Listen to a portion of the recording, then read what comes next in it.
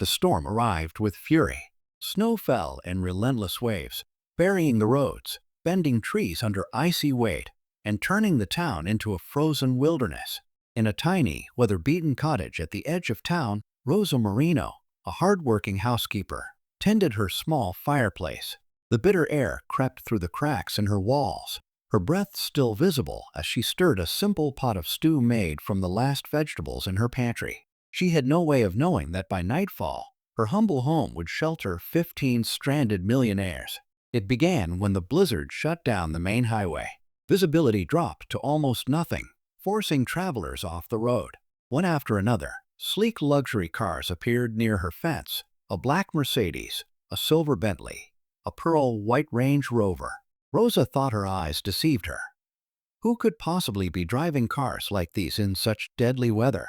From the vehicles stepped men and women wrapped in expensive coats, designer shoes sinking into the snow, their phones useless with no signal in this remote corner of town. They looked cold, lost, and uncertain. Rosa hesitated. She had barely enough food for herself. Her cottage was drafty and small.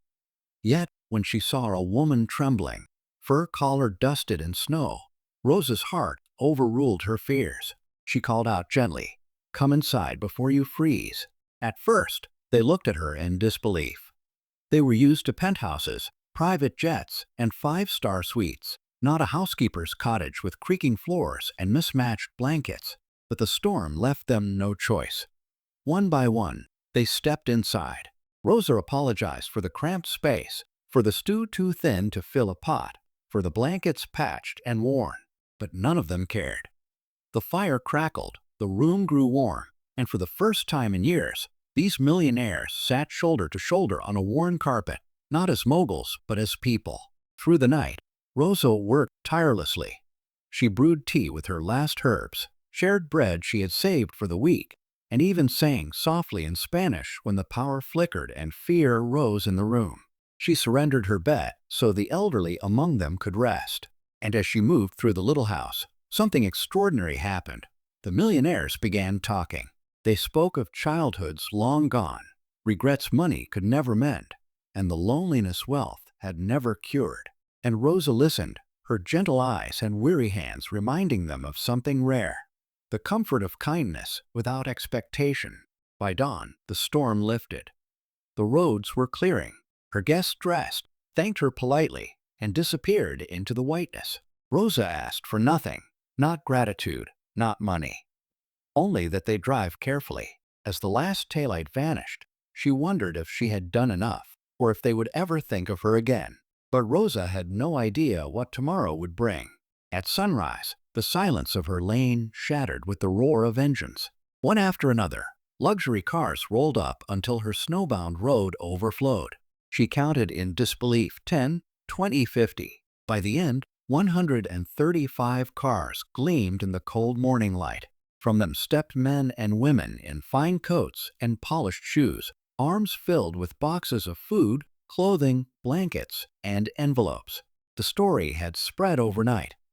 The 15 millionaires Rosa had saved had called their friends, families, and colleagues.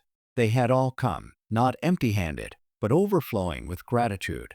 Her pantry was filled with enough food for months. Movers carried in new furniture. Appliances replaced her broken ones. And in envelopes heavy with checks, Rosa saw more zeros than she had ever dreamed possible. But most of all, they brought something greater: the promise that her days of struggle and loneliness were over. Neighbors peered from frosted windows in awe. Children whispered about the line of cars that stretched further than the eye could see. Rosa stood in her doorway, tears streaming, whispering, "I don't deserve this." And every voice answered back the same: "Yes, you do." That night, her little home glowed with warmth and abundance. Rosa, once a poor housekeeper with nothing but kindness to give, had become proof of something extraordinary: that one act of compassion can ripple outward until it transforms countless lives. Her story reminds us all, even in the coldest storm, kindness is the light that leads us home. If this touched your heart, don't forget to like, share, comment, and subscribe to Kindness Corner. And in the comments, tell us, what's the greatest act of kindness you've given or received? Your story might inspire someone else to believe again.